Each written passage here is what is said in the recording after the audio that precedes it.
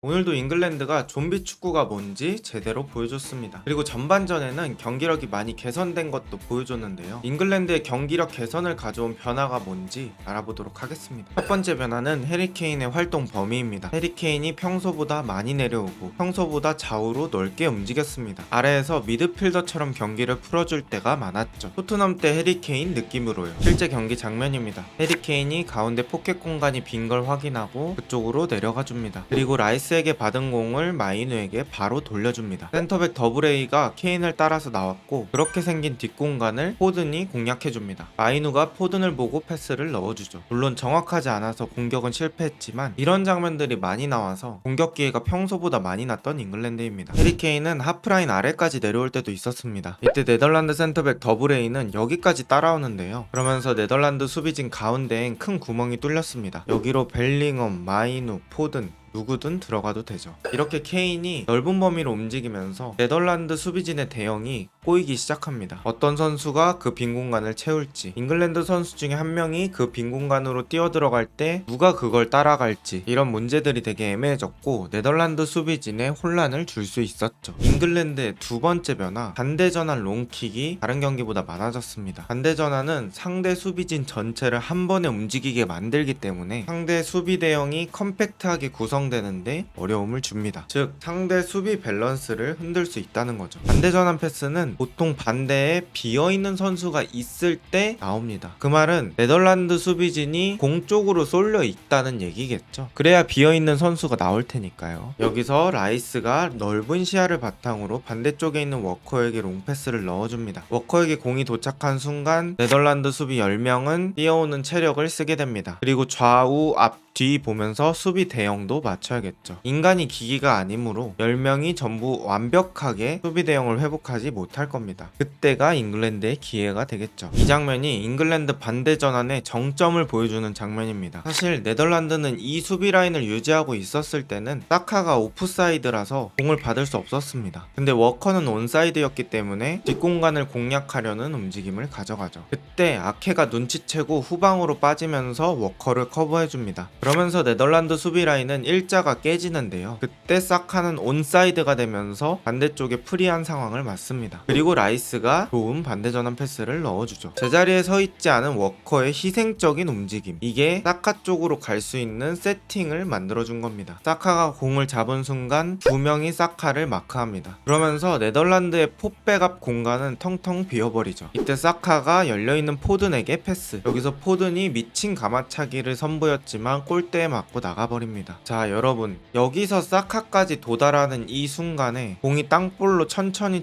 돌아서 왔으면 지금 포든이 이렇게 프리한 공간에서 공을 받을 수 있었을까요? 저는 어려웠다고 봅니다. 이게 바로 반대 전환의 힘이라고 할 수 있습니다. 그리고 잉글랜드의 변화 세 번째는 왼쪽에서 억지로 공격하려고 안 했다는 겁니다. 원래는 포든, 트리피어를 이용해서 왼쪽에서 어떻게든 공격해보려고 했었는데 오늘은 왼쪽을 오히려 반대 전환의 출발점으로 썼습니다. 트리피어가 공을 잡으면 직접적인 공격하지 않고 최대한 빨리 벨링엄이나 라이스 쪽으로 연결하면서 오른쪽 사카나 포든 쪽으로 빨리 전환될 수 있게 윤활유 역할을 했습니다. 케인의 폭넓은 움직임, 많은 좌우 전환 패스, 왼쪽 집착하지 않기, 이렇게 세 가지의 큼지막한 변화로 잉글랜드는 토너먼트 경기 중에선 가장 괜찮은 경기력을 보여줬습니다. 네덜란드도 뭐 자신이 할 것들을 나름 잘 준비해서 나왔거든요. 빌드업 할 때 최근에 핫해진 비대칭 백스리를 우리나라가 아닌 네덜란드가 사용했습니다. 오른쪽 풀백인 둠프리스를 높은 위치까지 올려놓고 더브레이, 반다이크, 아케는 3백을 구성합니다. 그리고 원톱 공격수 데파이가 조금 내려오면서 네덜란드는 다이아몬드 형태의 중원을 구성하게 되죠. 그리고 공격진에 각포, 데파이, 시몬스, 말런을 선발 투입하면서 기본적인 선수비 후역습 형태의 게임 플랜을 준비해 왔습니다. 네덜란드의 첫 골도 그런 플랜의 기조 아래서 나왔죠. 시몬스가 라이스의 공을 뺏고 바로 전진, 그리고 빠른 속도로 공을 몰고 가면서 멋진 원더골로 네덜란드의 선취골을 만듭니다. 하지만 10분 뒤 케인이 PK를 얻어내고 골키퍼가 막기 힘들다는 역금을 PK를 성공시킵니다. 경기는 1대1인 상태로 전반이 끝나고 후반 역시 양팀이 엄청나게 조심하면서 전반전만큼의 재미는 없었습니다. 그런데 경기 시간 시간 90분 잉글랜드가 기적을 만들어냅니다. 교체 투입된 와킨스와 파머 두 명이 합작골을 만들어내죠. 와킨스가 빈 공간으로 뛰고 파머가 좋은 패스를 넣어줍니다. 여기서 와킨스는 등으로 더블 A의 접근을 막아내고 오른발 슈팅각을 만들죠. 그리고 반대쪽으로 깔끔한 땅볼 슛을 성공시키며 경기는 2대1로 종료됩니다. 전반전에 보여줬던 변화들, 그리고 후반전에 보여준 사우스게이트의 용병술, 그리고 유로 2연속 결승이라는 결과까지. 오늘은 변화도 많았고 얻어가는 것도 많았던 잉글랜드입니다. 과연 잉글랜드는 스페인을 만나서 유로 우승을 할 수 있을까요?